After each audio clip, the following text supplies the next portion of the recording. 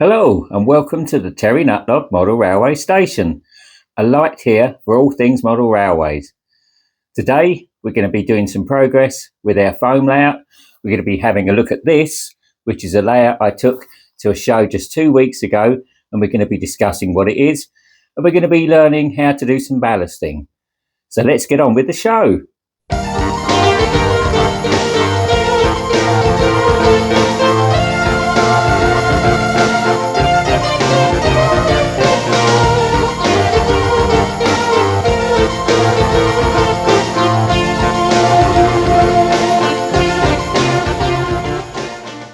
Welcome back. So this is a layout that I took to a show 2 weeks ago, and it's called for Imadre. Now that's German, it means forever turning, and the point of this layout is it turns round. It's in HOE, which for those of you who don't know is a scale of 1 to 87, HO gauge, but it's a narrow gauge running on 9mm track, so it's also compatible with 009. And a lot of people use the two, HOE and 009 together, and apart from the buildings and people, it's almost identical. It's just a difference between 1 to 76 for 009 and 1 to 87 for HOE. So effectively, the rolling stock is completely compatible, and I could run 009 models on this layout and vice versa. So why did I make this? Well, it was made for an exhibition, and it's a bit of a novelty because it revolves. Let me show you underneath. It's made of the usual foam. I'm going to be careful not to let the battery pack fall out from underneath. As you can see underneath, it's made from foam board. It's got a little plastic centerpiece on which it revolves. And there are two battery packs. There's a little battery pack in there that works the lights. And I shall just show you. Reach down to get it. There's a lithium-ion battery pack that I shall plug in a minute underneath, and that works the actual model trains. And that runs for at least the whole day on an exhibition layout with no problem at all. And how it rotates, I shall reach down on the floor again, is this little display. And basically this is a rotating display stand. I bought this from Amazon. At the time it cost $15.99. I believe now they've gone up to £18. And if you type into Amazon rotating display, it will come up with all sorts of choices. Some are as low as £12, some up to £35. Now this one is rated for an 8 kilogram weight. Some are less, some are a lot more. You can get them with up to a 60 kilogram weight. And of course, they're designed just to rotate. At the show, this ran on 2 AA batteries the entire day. And I've taken it to another show where it ran for a second day on the same 2 AA batteries. But it's also got a little charging port. It doesn't have rechargeable batteries, but you can run it with a USB lead. So it could run 24/7 if you wanted to, as long as you've got a 5-volt USB supply. It's very good, it's very quiet in operation, and I'm going to put it all together now and show you it working with the locomotive going round. So here's it running, if you can hear me over the noise. Unfortunately, because of course it's hollow underneath with the little rotating mechanism that makes it revolve, it acts like a bit of a sound box, and the engine going round, which is a Rocco HOE steam engine, just pulling a couple of little Rocco wagons there, is making quite a racket, and obviously the sound it makes actually gets amplified by the empty hollow underneath, just like a sound box. However, at an exhibition with lots of background noise, it's not too bad. But anyway, let's just turn it off once you've seen it working, and we'll have a little chat about this, and then we're going to move on to doing some ballasting. So with the railway stop now, you can probably hear me a bit better. And I was just going to quickly talk about what this is. Now, as you've seen, it rotates, the engine goes round. Like I say, it's got a little built-in controller into the layout. It's a pulse wave modulation unit that can control the speed of different engines on there. You can actually, with a remote control the speed of the rotation of the actual mechanism underneath, making it rotate. So it's quite universal. And it was designed just to take to shows. Is it a realistic model railway? Well, I've made it as realistic as possible.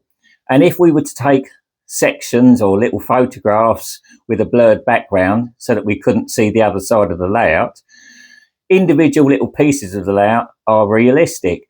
You could say they're certainly model railways, and it would appear to be a very authentic model railway.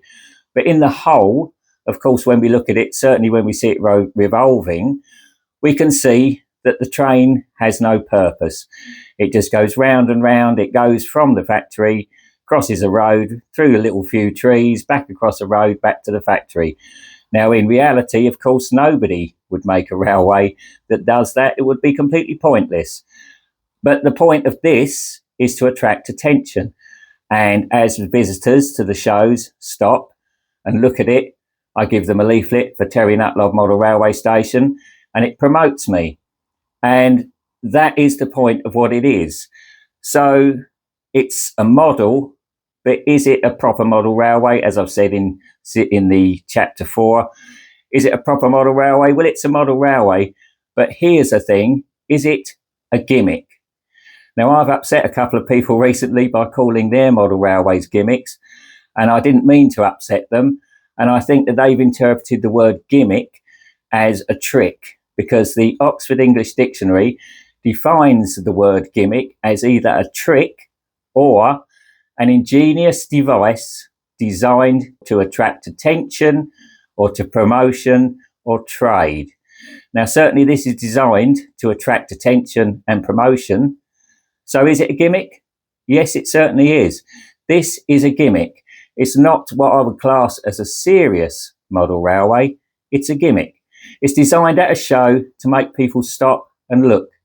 And they take a leaflet and they're interested, and I talk to them about their own model railways or making a start in model railways. That's what I'm at shows for. So there's no shame, there's no insult in saying that this is a gimmick. That's exactly what it is. It's not a realistic model railway of any particular location. That's quite obvious. So we must accept what things are and not become offended by them. Now, interestingly, at the show, quite a few people just walk past this, and it's possible that they're not interested in this sort of thing, because we have to accept as modelers that doing something like this, which, as I've said already, is a gimmick, is going to alienate some modelers who are quite serious and very devoted to the hobby, quite developed in the hobby, as I showed in the last episode, with that idea of moving to the left all the time. And somebody who's into a very accurate scale model railway would see this as a gimmick, and they're not going to be interested in it. And that's fine. And personally, I consider that to be absolutely acceptable. But some people that might make this would be upset by that, expecting everyone to think it's great. And some people won't. And that's all part of the model railway hobby. And certainly if you make models that you take to shows, you have to accept that not everyone's going to like it. Some people will say it's great. I had lots of people tell me at the show that they thought this was fantastic. But other people just walked past. I didn't have anyone actually say they thought it was rubbish or a gimmick, but you could tell by the way they walked past, they just weren't interested. And again, as I say, that's all part of what taking models to model railway shows is all about. You have to accept praise and you have to accept criticism. Anyway, enough of this. Let's go on to having a quick look at our foam layout that hasn't been ballasted yet, and then we're going to show you how to do ballasting. So this is where we've got to with the layout, and as you can see, I've covered it with the flock materials, and in places it's still a little bit thin, but it can always have a second coating when I get onto other pieces.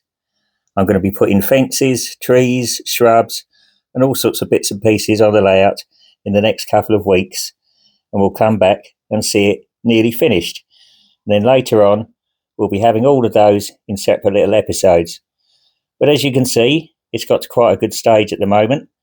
And if you were starting this as a complete novice, I think this would be quite a good place to just stop and run trains. You'd be running trains already, but I think now is the time to just enjoy the layout and decide what other extra pieces you want.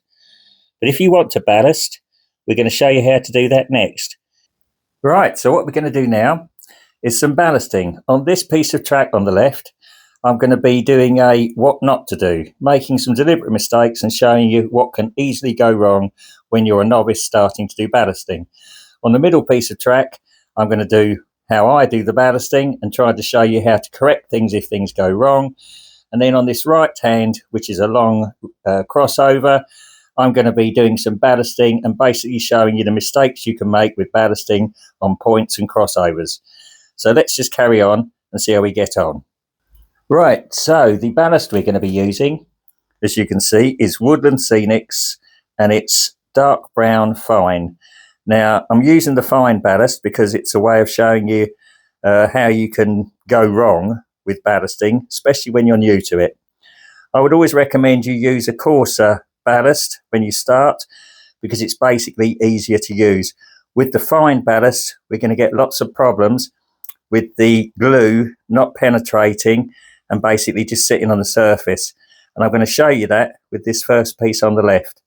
So basically we're going to just sprinkle it out the bag. Now you can use a teaspoon or any way you feel comfortable getting the ballast onto the track. But the trick is not to put too much on. So on the first one, which we're doing wrong, I'm going to put a little bit too much on and then have to push it out with the brush. So sprinkling the ballast on, I'm going down the track as best I can.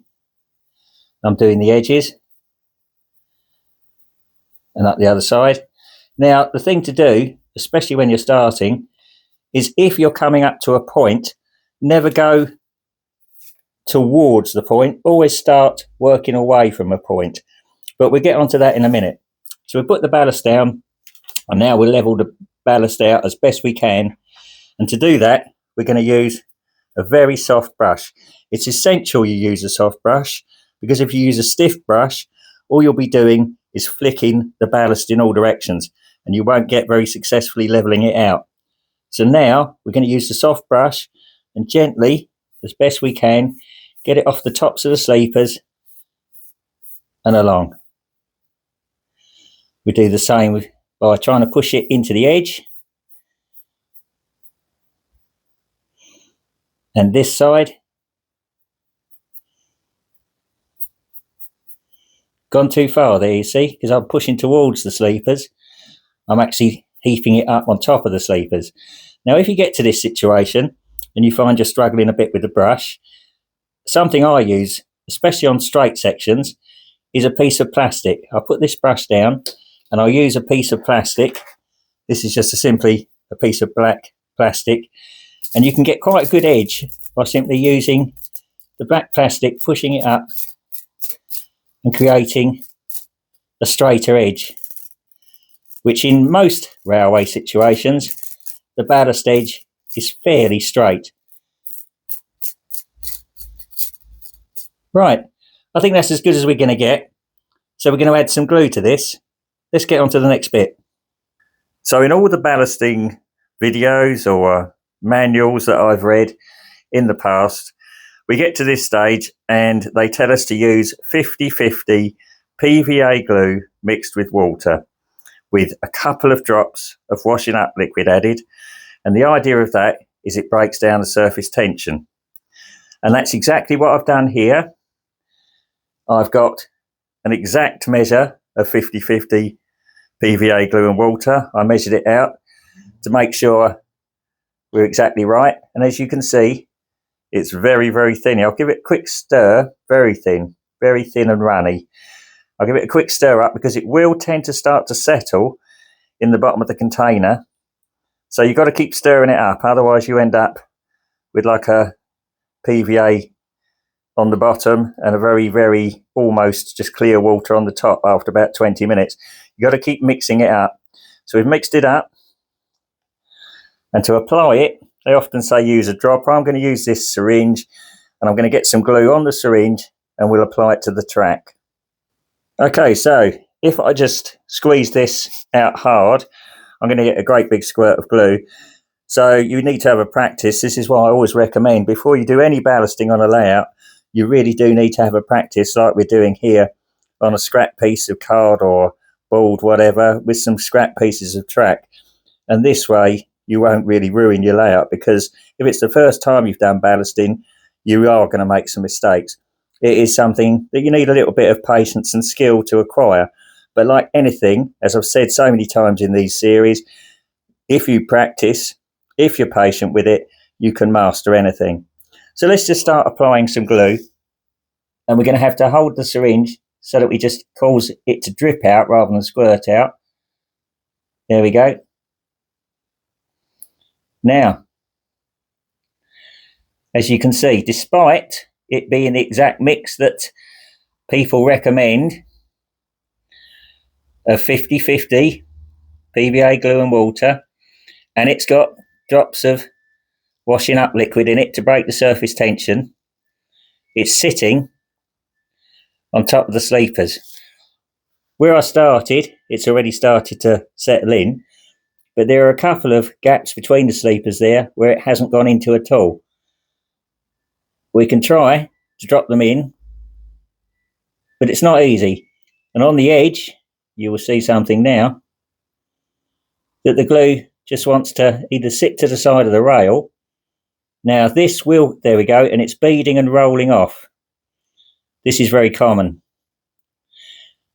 So, and it's beading and now going into the track, causing the ballast to rise up over the sleepers, and again beading and rolling off.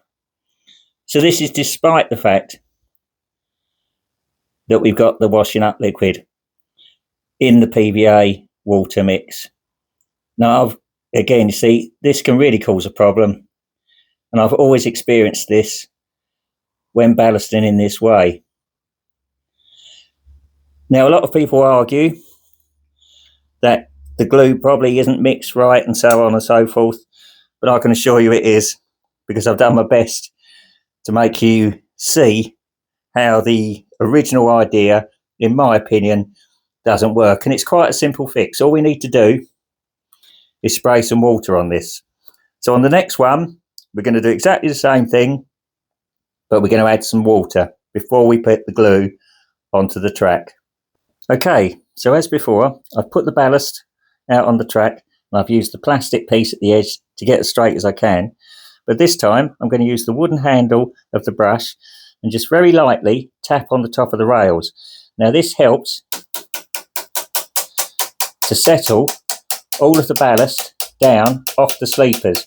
And already, just that very light little tap, I don't know if you can see on the camera, the tops of the sleepers have all appeared from the ballast, and it's all settled down. Now that's a very quick and easy way of fine-tuning the ballast, and it saves you having to brush backwards and forwards for a very long time. I use that technique a lot. But this is the thing I find is essential for ballasting now. And what I'm going to use is just a little, it's not actually hand cleaner, that's just the actual bottle I'm using. It's an empty bottle that used to contain a hand cleaner, but it's basically a little puffer bottle, that, and I'll do it into my hand. Mists are very fine spray. It must be a mist, you don't want like a jet of water. And all this is, again, is just water, plain water with washing up liquid. And I'm going to mist this onto this piece of track, let it soak in for a few seconds, and then we'll apply the glue and we'll see the difference. So we're going to wet the ballast with a fine mist first. If you try to use this with an airbrush or something that's too powerful, it will actually start to blow the ballast away, which of course you don't want. So you just want to mist water onto it. Now that's quite wet. We'll put that down. I'll get the glue in the same way, doing exactly the same as before. Can you see straight away it's sinking in much, much quicker. I don't even need to drip it. I could just go along the rails. Don't worry about getting it on the sleepers, because as the PVA, I apologise, glue dries, it will dry clear and you won't see it on the top of the sleepers. There we go. Now, by doing it between the rails first, again, because the ballast is now wet, the capillary action is drawing it out to the edge. I'm going to do the edge in a minute, but I'm going to make sure that there's plenty of glue in the middle. Because you've got rails either side, it's stopping the ballast from being drawn out. Now, once we're sure that that's started to soak in, we're going to go down either side, but we're going to keep the glue to the edge of the rail, not putting it on the rail, but keeping it close to the edge. And we're not going to put it from the other side, otherwise, again, we're going to have the same effect of pulling and drawing the ballast out. So let's just do that.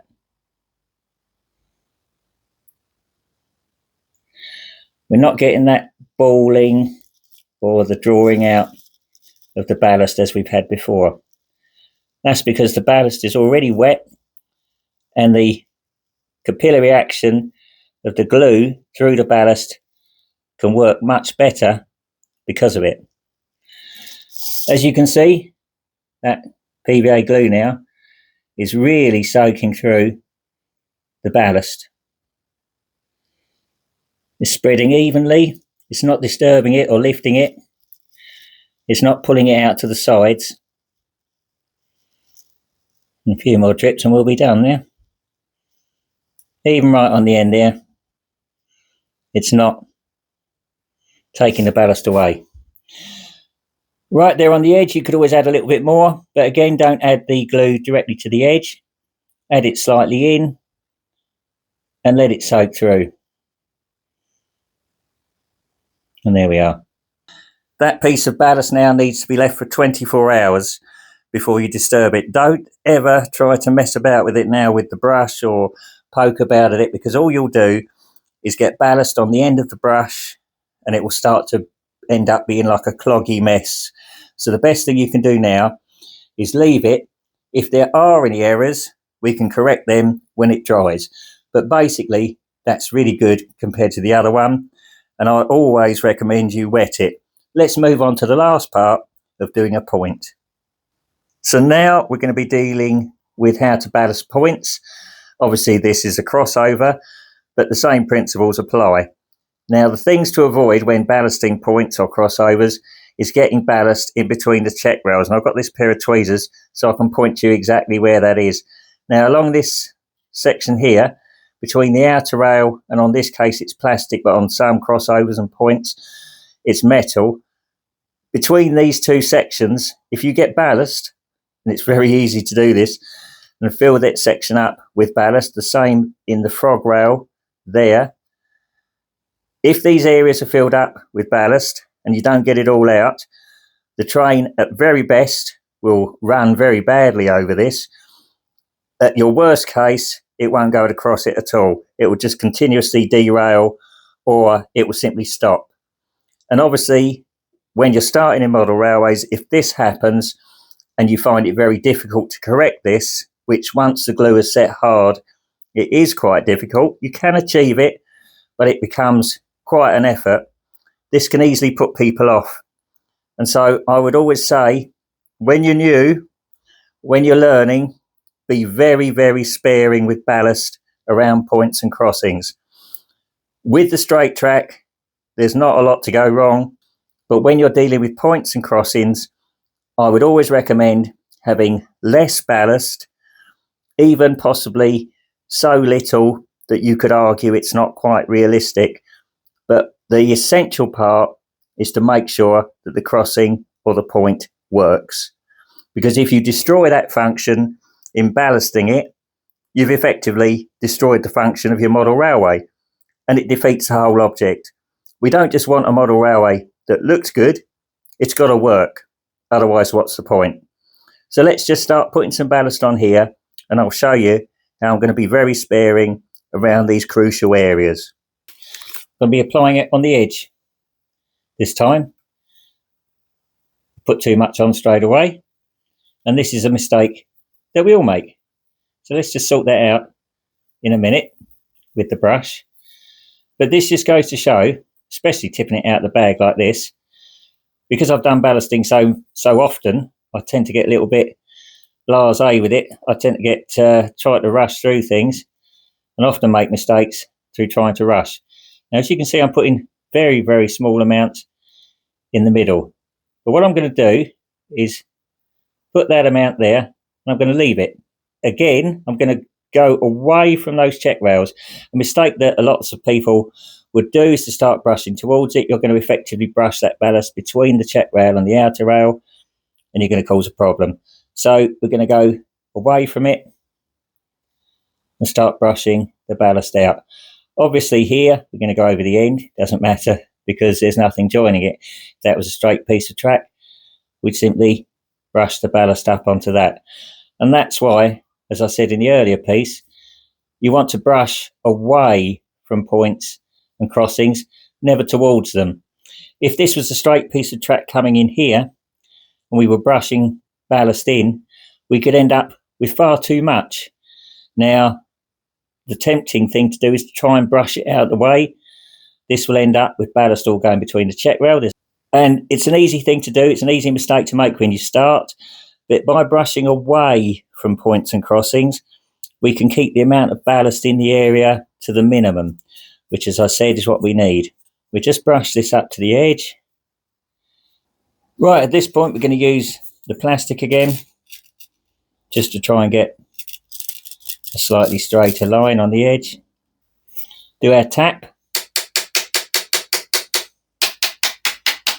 Get it off the sleepers. Okay, so now we're going to add very, very sparingly, just enough ballast to fill in those white pieces we can see between the sleepers. But we're going to do it tiny bit at a time. We're not going to pile it on, because when we pile it on, particularly in this piece, where when we're brushing it, we've got nowhere to go. Effectively, the ballast is trapped in the middle. And the only way to get rid of it would be to suck it out with a vacuum cleaner. Now, provided we haven't added glue, we can do this, but it's all problems. It's added to time, and it makes it more awkward than it needs to be. So I'm going to sprinkle very, very sparingly the ballast into this area. Sometimes you'll find it's best to put, as I'm doing there, a little pile at the edge. This part in the middle is particularly awkward. As you see, I've put a pile there. I'm going to leave that. I'm going to put another little pile there, and a tiny one there. And I'm going to use the brush now to spread that out. We could always add some, but to remove it proves quite difficult. One last little piece there. I think that's about it. So what we do, we'll use the handle of the brush. We'll give it a tap. And now you need to really check before we start putting water on. As soon as we put just the water with the washing up liquid in, before we even get to the glue, as soon as this gets wet, any little pieces of ballast trapped in those areas will stick. And as with lots of things, model railways, take your time. Now that's good. We'll get the spray bottle and mist. Right, so we're going to do the same as on the straight piece. We're going to start from the middle. We're going to put glue in. If this, as you can see, the capillary action has actually taken some glue up between the check rails. Now, if that was a point and it needed that for electrical conductivity, we'd have a bit of a problem there, which is again why doing points around the actual point tie bar. I think you need to stay clear until you've really got some experience with this. But this, as I say, being a crossing, and of course it's just a demonstration piece, really doesn't matter. So we're just going to carry on adding the glue, letting it soak in. It needs to be left for 24 hours, and when we come back, we'll see it fixed. And it will be solid and dry, and you'll see the end result. So it's 24 hours later, and the ballast has dried. As you can see, because I did it on the foam board just as a test, the foam board has warped a little bit, but that was to be expected.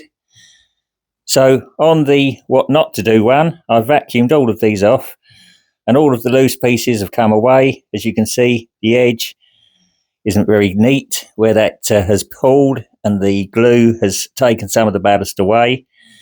And there are a couple of pieces where the ballast didn't take, where the glue didn't penetrate, because the surface tension prevented the glue penetrating into the ballast. On the second example, where I wetted it before I added the glue, you can see that's worked perfectly well.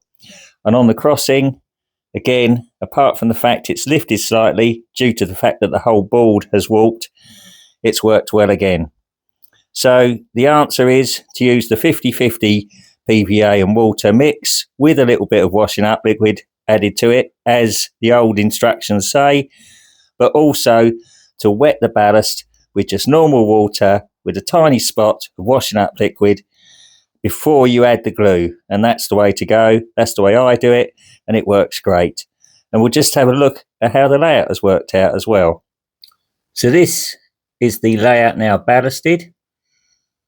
As you can see, it's worked exactly the same as the how-to ballasting I did, because I've wetted it. As you can see here on the point, I've avoided the tie bar. That little bit of grey is showing through. It's best to have that. I can always paint that brown later on, but it's best to have that, keep that clear. We could just go round and see the rest of the ballasting up to the bridge mouth. And that's it. Now you can paint the side of the rails if you want to. For the moment, I'm going to leave these and we're going to move on with another job. Okay, so here I am looking over the back of the layout again. And this is showing, as we all know, we're going towards the end of the show again. So this is how far the layout's got. We're getting there. What I'm going to do now is I'm going to be doing bushes and trees and bits and pieces all over the layout. But I'm going to be doing that off camera, but I'll be filming it. So what we're going to do is we're going to come back in a couple of weeks. And we're going to see the layout pretty much as it is finished.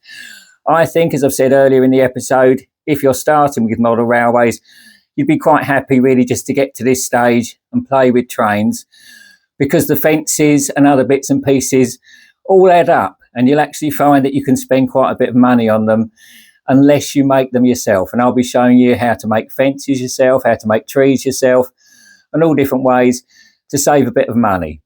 But I'll be showing you those as little pieces in little series later on. So this is the penultimate episode now for this foam layout for the time being. Of course, there'll be other ones and we'll return with it. But as I say, at the moment, we're going to leave this for the minute. And then in the next episode, we're going to have a little sum up, see where we've got, and you're going to see it pretty much as it would be finished.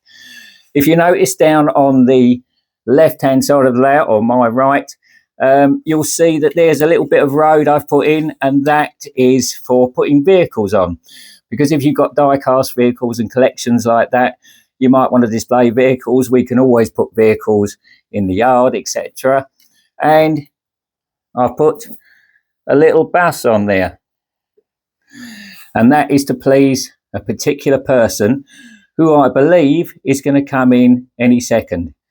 So let's just hand over the show and the final words to the inspector. Oh, God, blimey. Oh, it's a bus. That's lovely, that is. Oh, it's about time. About time we had a bus on there. Oh, well, still, it's made my day, that is. It's made my day, that is, having a bus. Better than trains, isn't it, eh? Oh, blimey. Oh, well, at that lot, he's not so bad, is he, eh? Oh, at least we got a bus on there. Oh, not one of our buses, but there you go. You've got to make the best of it, haven't you, eh? Oh. You what, Nutlob? You what? Do the catchphrase? Oh, go on then. Well, blimey. Oh, nice one. I'll see you next time.